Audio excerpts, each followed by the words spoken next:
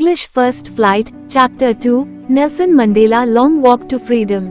Nelson Mandela Long Walk to Freedom, chapter एक छोटा सा एक्सट्रैक्ट है नेल्सन रोलिलाला मंडेला की ऑटोबायोग्राफी से, जिसमें उन्होंने साउथ अफ्रीका में ब्लैक पीपल के फ्रीडम और राइट्स के लिए किए गए स्ट्रगल्स को बताया है।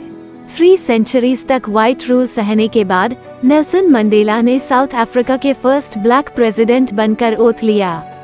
साउथ अफ्रीका के फर्स्ट डेमोक्रेटिक इलेक्शंस में नेल्सन मंडेला की पार्टी को 400 में से 252 सीट्स मिली।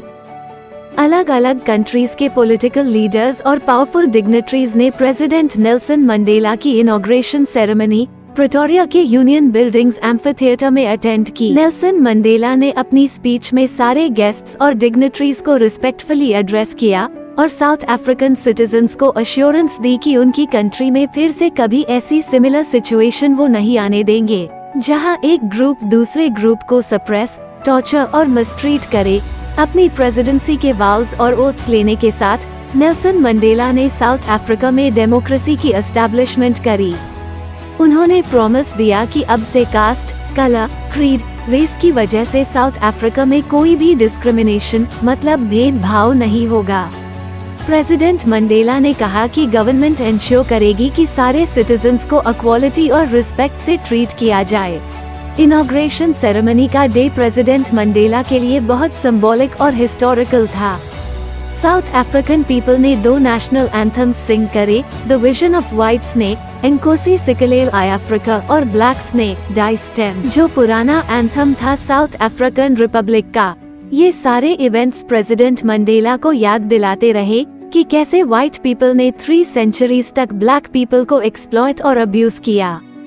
प्रेसिडेंट मंडेला ने अपनी ब्लैक रेस का दर्द फील करते हुए बोला, व्हाइट पीपल ने जो रेशियल डोमिनेशन ब्लैक पीपल के ऊपर किया है उनकी खुद की कंट्री में, उसकी वजह से सबसे हार्शेस्ट, अनकाइंड, इनह्यूमेन और क्रूल सोसाइटीज क्रिएट हुई हैं।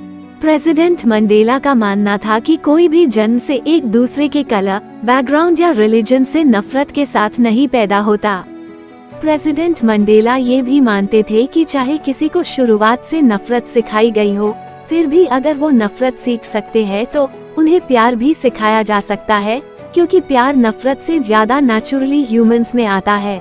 उन्होंने ये भी मेंशन किया कि कैसे एक पर्सन ब्रेव बनता है, इसीलिए नहीं कि उन्हें कोई फियर नहीं है, बट इसीलिए क्योंकि वो अपने फियर्स को कॉन्कर करना जानते हैं। प्रेसिडेंट मंडेला ने ये भी स्टेट किया कि हर एक मैन की लाइफ में 2 मेजर ऑब्लिगेशंस होती हैं। फर्स्टली फैमिली के लिए ऑब्लिगेशन और सेकेंडली अपनी मदरलैंड के लिए ऑब्लिगेशन। सबको ये ऑब्लिगेशंस पूरी करनी ही चाहिए अपने इंटरेस्ट्स और इंक्लिनेशंस के बेसिस पे, मगर ये दोनों ऑब्लिगेशंस पूरी करना बहुत मुश्किल था ब्लैक मैन के लिए साउथ अफ्रीका जैसी कंट्री में डेमोक्रेसी एस्टैब्लिश होने से पहले। जब प्रेसिडेंट मंडेला बड़े हुए उन्हें समझ आ गया था कि कैसे फ्रीडम बस इल्यूजन और टेम्पररी है ब्लैक पीपल के लिए। प्रेसिडेंट मंडेला फील कर सकते थे कि कैसे व्हाइट पीपल उनकी कलर की रेस को अनफेयरली स्लेव्स की तरह ट्रीट करते हैं।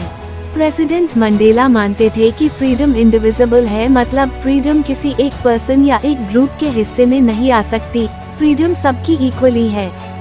फ्रीडम की यूनिवर्सल राइट होने के बाद भी प्रेसिडेंट मंडेला की रेस को ऑपरेशन की चेन्स में रखा हुआ है।